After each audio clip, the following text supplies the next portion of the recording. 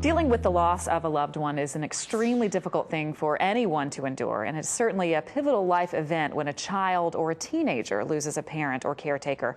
This morning, Dr. Donna Schuurman joins us to talk about her work with grieving children and families and her book, Never the Same, Coming to Terms with the Death of a Parent. Thank you so much for joining us this morning, Dr. Schuurman. It's my privilege to be here. Now, this is a very difficult subject to talk about, and one that you say we don't deal well with, particularly in this country.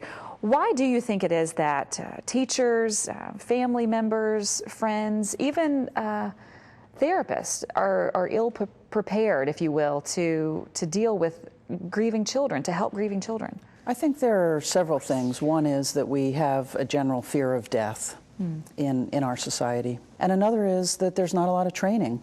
Even psychology programs, psychologists, school counselors, people that you think would be trained aren't required and often don't even have courses in grief and loss, death and dying. And when it comes to children specifically, it's kind of like the fear of talking to children about sex. People just get uncertain. They don't have the words, they don't know how to do it, and so they don't do it very well. Often. What do you think it is? That leads me to my next question. What do you think it is that we are doing poorly when trying to help a child? Well, I think one of the things we try to do is, certainly we don't want to see them in pain. Right. Nobody wants to see a child in pain, so we want to maybe make them not feel as bad or try to take their pain away. And what that often does is minimizes what they're going through.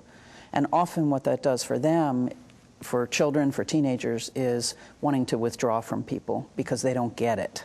As these children age, if they aren't dealt with appropriately or dealt with well when they experience a death, how does that affect them as they age into adulthood? There are a lot of different ways that it may affect them. For example, children who have a parent die at an early age or teenage are more at risk for things like depression, for anxiety, for hopelessness, fear about the future, relationship issues. It doesn't mean that they're fated to experience those things, but they're more at risk.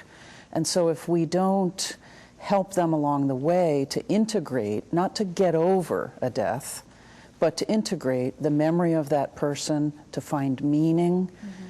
Even 2-year-olds want to make meaning out of things. That's why they're saying why all the time. They're trying to understand. Right.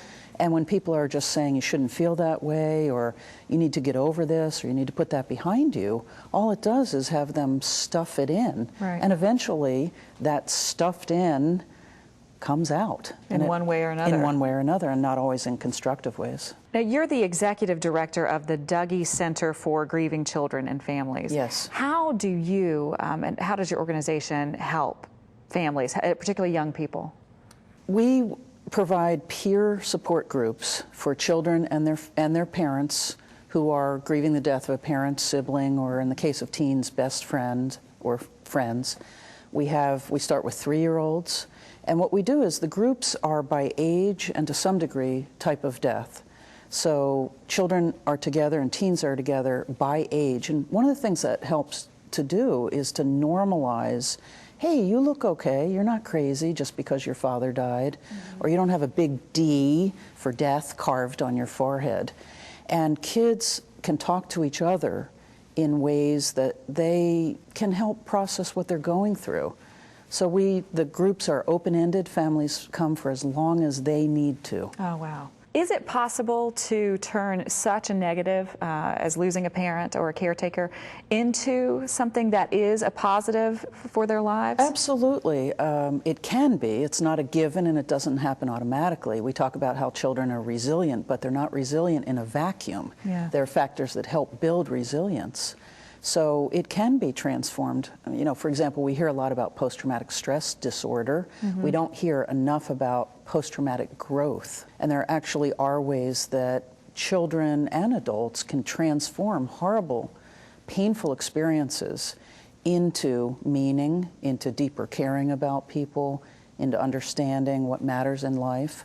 But it doesn't just happen automatically. I so appreciate you being here this morning. Again, a difficult subject to talk about, but we appreciate all the information that you've given us. Thank you. Thank you for joining us. Now, if you would like more information about Dr. Donna Schuurman or the Dougy Center for Grieving Children and Families, go to the website dougy.org.